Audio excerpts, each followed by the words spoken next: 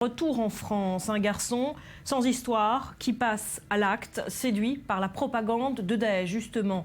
Sa radicalisation est passée inaperçue, même au sein de sa famille.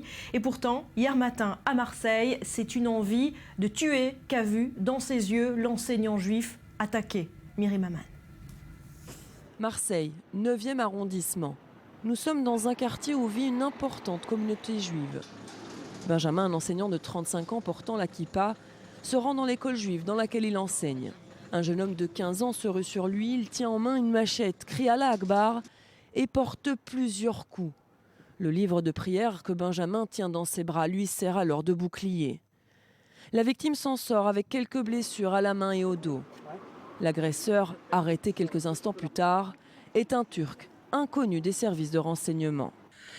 Il a revendiqué avoir agi ainsi au nom d'Allah, de l'État islamique, répétant avoir agi à plusieurs reprises au nom de Daesh.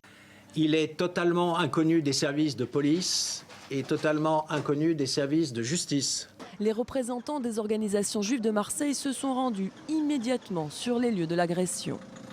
Ce n'est pas un jeune homme dérangé, ce n'est pas un jeune homme handicapé, c'est un jeune homme qui est un bon élève, est un bon élément et qui ce matin, pour quelle raison, sort avec une machette pour venir frapper on ne sait qui. Du côté des politiques, le gouvernement a dénoncé en bloc une agression abjecte. Cette agression dont le caractère antisémite est avéré nous révulse tous. Et elle démontre encore une fois l'état aussi de notre société. Après les revendications de l'assaillant, le parquet antiterroriste a été saisi. Une enquête pour tentative d'assassinat et apologie du terrorisme a été ouverte. Et quelques heures après l'agression, François Hollande a tenu à apporter tout son soutien à la victime et à ses proches. Le président de la République a qualifié ces actes d'innommables et d'injustifiables. Un enseignant juif a été attaqué sauvagement. Il y a eu aussi un musulman qui a été agressé.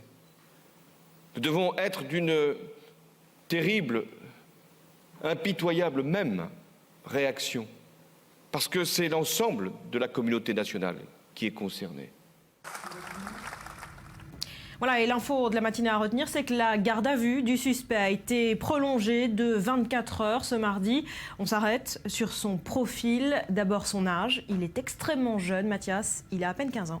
Oui, alors il aura 16 ans la semaine prochaine. Cela dit, la garde à vue, vous l'avez dit, a été prolongée de 24 heures. Elle ne pourra pas dépasser les 48 heures. Une enquête, puisqu'il est mineur, tout simplement. Une enquête a été ouverte à Marseille pour des chefs de tentative d'assassinat aggravé et en raison d'une appartenance religieuse. C'est donc un acte antisémite.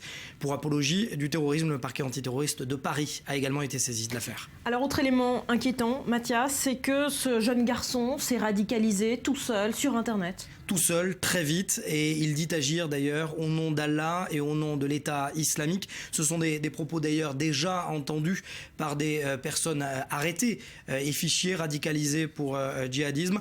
Il a répété avoir agi à plusieurs reprises au nom de Daesh, donc de l'État islamique. Ce qui ressort des premiers interrogatoires, c'est déjà qu'il regrette ne pas avoir tué sa victime, cet enseignant juif, et il a avoué aux policiers vouloir également s'en prendre aux forces de sécurité. Enfin, il est passé sous le radar de tous, de sa famille, des autorités. Il n'a jamais été fiché S, par exemple. De sa famille, des autorités, de son lycée, bref, de tout le monde, de nationalité turque. Cela ne signifie rien. Et d'origine kurde, il n'a pas d'antécédents judiciaires ni psychiatriques. Cet adolescent, finalement, n'était pas dans les radars des services de renseignement. Vous l'avez dit, il n'était pas fiché S.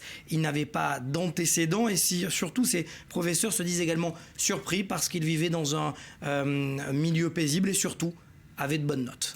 Merci à Mathias et à noter